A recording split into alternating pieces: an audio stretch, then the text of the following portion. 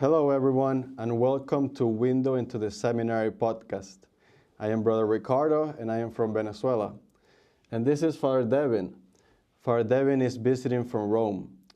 Father, so I know you want to speak about Rome, but before we do that, why don't you tell us a little bit about yourself? Sure. So I'm from Omaha, Nebraska, from a family of 4 kids, and I played a lot of curling growing up. Have you ever heard of curling? No. No? It's a sport on ice with these stones that go down the ice. You sweep in front of them. So a lot of fun there. It was kind of a family sport. And I first kind of felt the call to be a priest when I was 12 years old. And for a long time, I kind of felt that call, but at the same time, I was always, dating girls, and I kind of wanted to get married as well. When I was at the university, I started dating a girl who just was perfect for me. I couldn't imagine someone who I would rather get married with. And yet I still felt deep down that I was called to love even more, to give myself in a different way, let's say, to everyone, to God in a wholehearted way, and to the church. And when I felt that, I knew, wow, I really am called to be a priest, And the summer after that, I went on a retreat with Father Bannon, actually, Father Anthony Bannon with the Legionaries. And I was in front of our Lord in the Eucharist. And I felt inside of me with great clarity that I was free to choose, that I could choose to get married, or I could choose to be a legionary priest. And but God was inviting me to be a legionary priest. And that if I said yes, I would have to sacrifice more and suffer more, but that I would give more fruits for the kingdom. And it was just a special grace that God gave me to see that with great interior clarity, no funny visions or anything like that. But when I saw that with interior clarity, I said, yes, Lord, I want to do that, So, and I joined the candidacy that summer. Wow. Yeah. What year was that, Father? That was 1997. Oh, yeah. I was born that year. Oh, very nice, Yeah. very nice. Well, thank you so much for your generosity, Father, and all that you do for the Legion and for so many people out there. Yeah, thank you. Yeah. Father, so once you entered the Legion, how was your formation process? Like, where did you go? Where did you study? Yeah, so I joined here in Cheshire. And at that time, we would send brothers to other countries for the novitiate. And I was sent to Mexico, so to Monterrey, Mexico, where I did my novitiate for 2 years. And then I went to Salamanca in Spain for 1 year for my liberal arts studies, humanities. And then to Rome for philosophy. And I did an undergraduate degree in philosophy there and also a master's degree in philosophy. And then I came back to Cheshire here. And here in Cheshire, I taught for 4 years as a professor, and then went back to Rome to do my theology and got ordained. So, yeah. Sounds great, Father. And then you told us something about story. You got into storytelling, or you started teaching about it. Right. Can you tell us a little bit about that? Yeah, sure. So I remember when I was doing my licentiate in philosophy, actually, and I was kind of the idea that I kind of wanted to read more serious things, and at one point, the rector at that time, he said, you should really read Harry Potter. And so I kind of took that as an invitation, and I picked it up and I read it, and then shortly after I went to Cheshire. And I began reading a bunch of literature as well about how story works in Harry Potter. I began giving, even talks and things about that. And got into then, the different Disney stories and so many other different aspects of story that are so important for how we form children and how we form ourselves, right? The story isn't just something that entertains, but it also teaches us how to live. And it teaches us what is important in life, teaches us how to deal with difficult situations, and so on, so many different aspects. And so that was kind of how it all began. Yeah. Well, that's really interesting, Father. Actually, to share a little bit about the conference that you gave us the other day, can you give us a specific example of how this dynamic work, Yeah. of how a movie transmits a message and how to analyze it? Yeah, sure. So, the other day we had kind of a cineforum together, a moment where we spoke about this a little more in depth, but we were taking a look at movies like Ratatouille or How to Train Your Dragon. And they are movies that all kind of follow the same story paradigm, right? You kind of change who the characters are, whether they're rats or whether they're human beings or whatever, and the situation. But the basic story is the same. And the story is the following. You have someone who is an outcast from society. He's kind of a loser. He's not understood, right? And he has some sort of a knowledge, a way of thinking that's different and that can help others. So in Ratatouille, right, this rat who likes fine cooking. Or in How to Train Your Dragon, this young Viking who doesn't, instead of wanting to kill the dragons, he actually befriends the dragons, right? And society needs what this young hero has, but society doesn't know that it needs it. And oftentimes there'll be a father figure or someone like that who is really kind of representing the society and their rejection of this novelty. And so then this character will go through a process of accepting themselves, and then finally there'll be a crisis. And in the crisis moment, the people who are involved, like these father figures or these figures that represent, the traditional societal norms and so on, will have to decide whether they're going to accept this new way of thinking and doing things or not. And if they do, then they're able to resolve the situation. This loser becomes the hero and so on, okay? So this is kind of the way the story paradigm works. And there have been dozens and dozens of cartoons for children in these last 20 years that follow this story paradigm. And so we spoke about, why has this story paradigm been so popular today? Because if you look back over the centuries, 2 centuries ago or 2,000 years ago or whatever, the stories for children were very different. And the reason is that every society wants to transmit to their children the values that it considers to be most important. And today in Hollywood culture, the value that is deemed most important is open-mindedness, tolerance, and so on.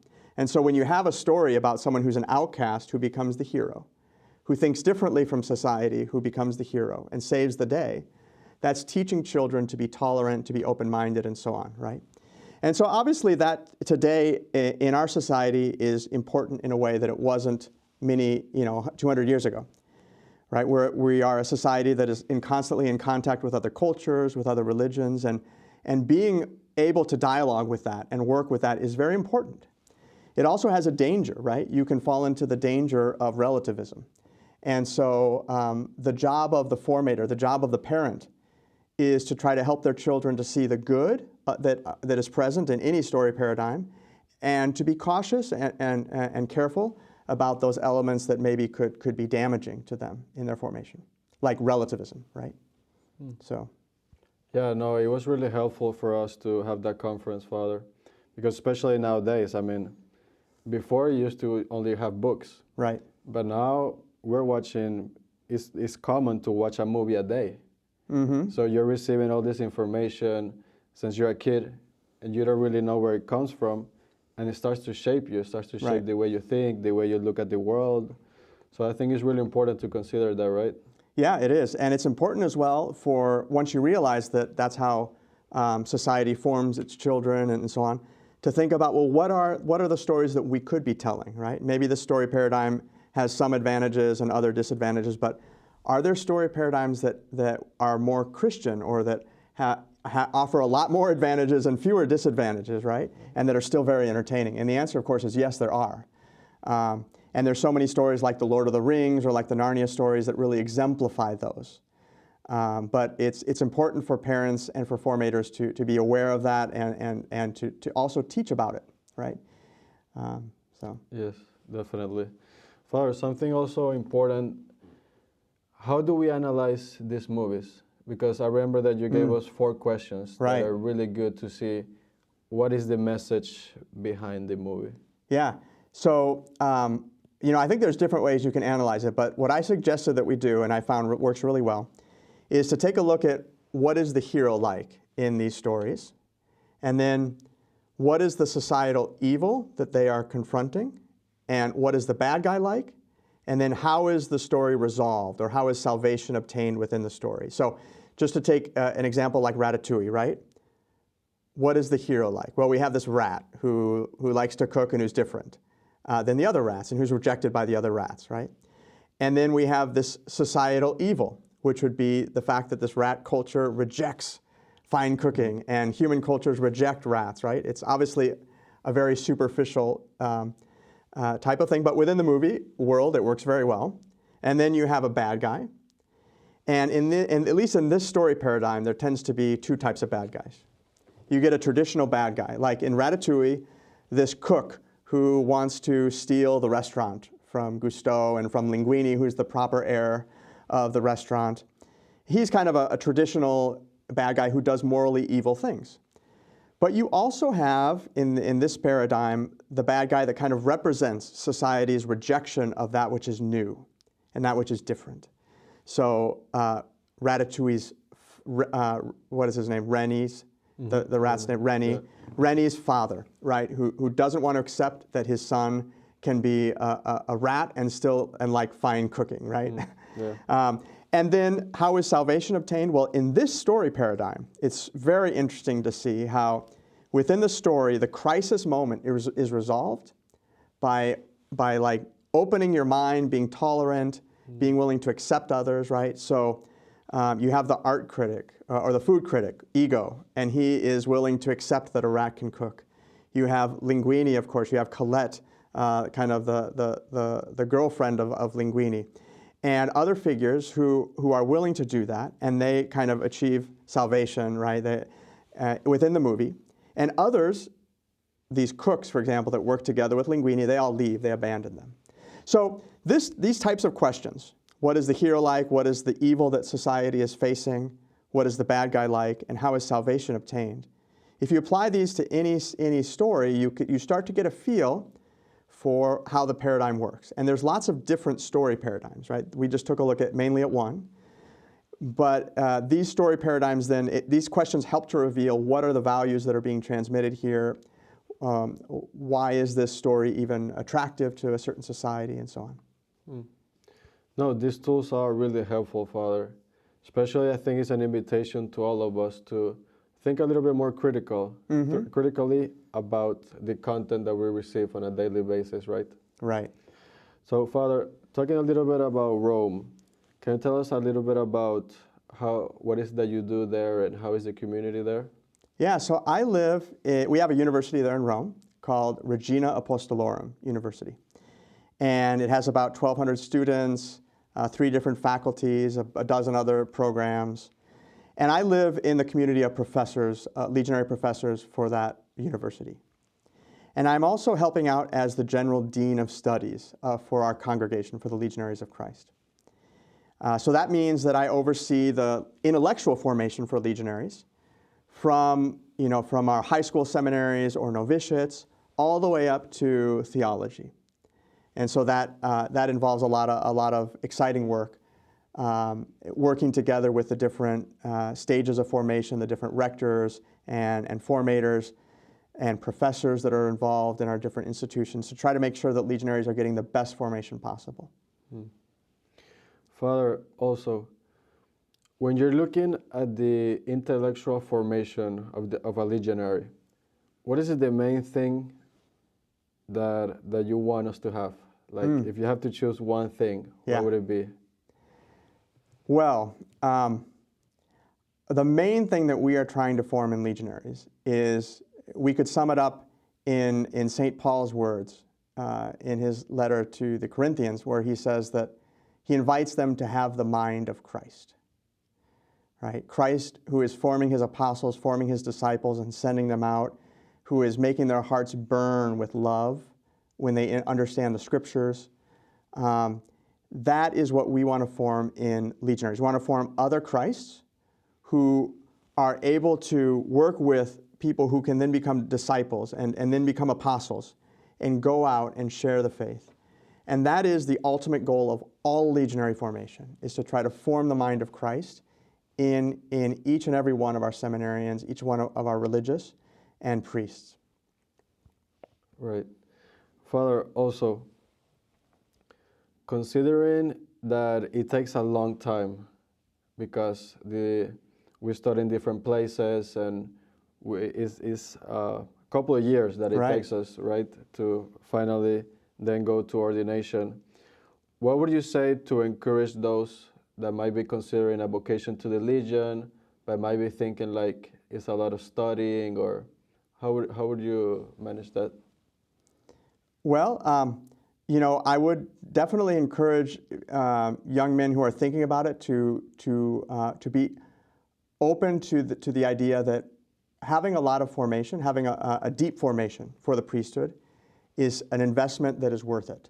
Because in the world that we are in today, there are so many challenges that we confront, and in evangelizing, right? And so many of those challenges are actually intellectual, right? People who have a certain way of thinking, and that way of thinking prevents them from coming to the faith. And as a priest, we need to be able to help them overcome and see the truth that is preventing them from finding Christ. So that is what I would suggest, that it is worth it. It's an investment, but just like you want to have a doctor who has a deep formation when you go to the doctor, right? Yeah, I mean, I can say also from my experience that it's definitely worth it. You receive so much, right? Doing Right. formation through your studies. Also, we're working in the different aspects of a person, right? Not just the Yes. intellectual, but the human, the spiritual.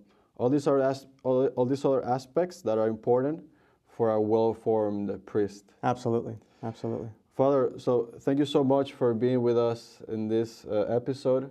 We're really grateful for all the work that you do. Well, thank you very much. It's been great to be here.